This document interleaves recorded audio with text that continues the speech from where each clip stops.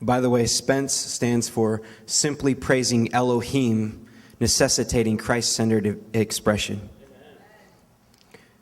This is called Instead of Silence. Spoken word has a powerful way of provoking thought, challenging ideas, empathizing pain, or inspiring hope when all hope seems lost. But if I'm honest, whether it's in front of a crowd or simply one individual, I feel a weight of expectation that makes me want to cower. What's more, is mingled with wanting to meet the expectations people hold is the nerve-splitting reality that my words can be so messy, misguided, or even bitter cold. And though I know what a mess I can make with my words, I never realized that despite how out of place they can be, there is something much worse. Well, some time ago, I was given the responsibility to care for many elderly people.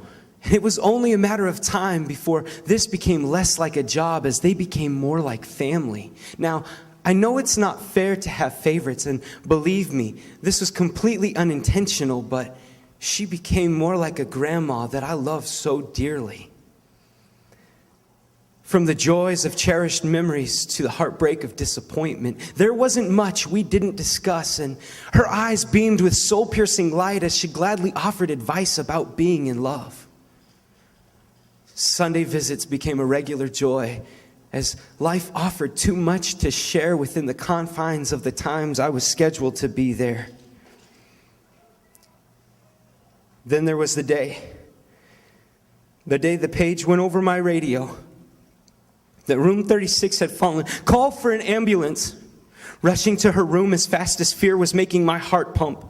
I looked down at a puddle of blood on the floor in a room full of nurses, and as death loomed with great anticipation, I assessed the damage done. The injuries were too great, and no one was optimistic about her return. And three times, her family found me at work and begged, "Please come. She doesn't have much time, and she is asking for you specifically.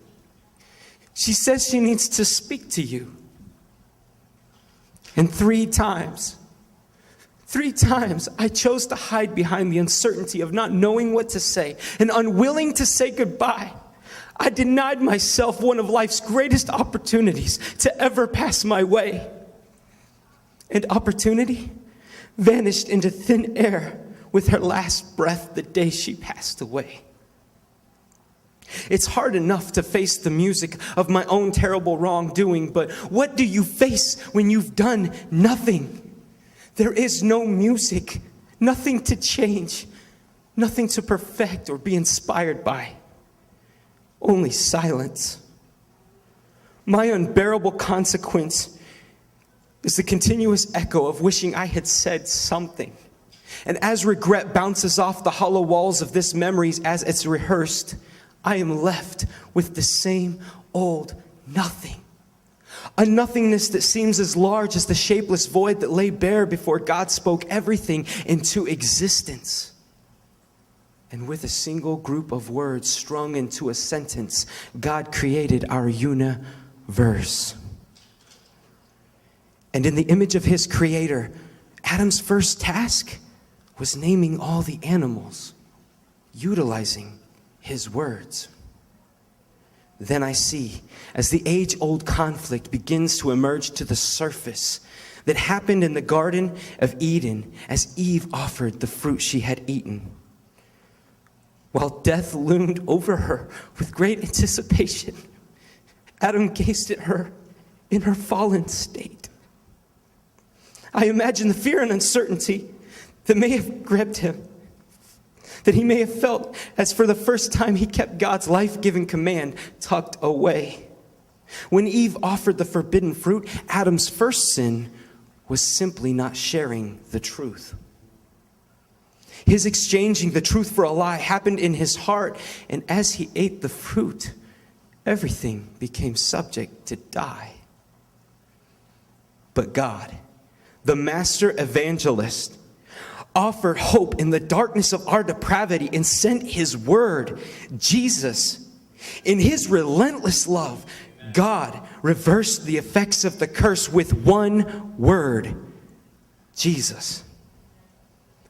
With poetic grace, we see that God is the master of spoken word. From creating the universe to reversing the curse, everything that God has spoken speaks to our worth. So how can we be silent? Resound his love and let your voice be heard. Speak to people's life, their destiny, their worth.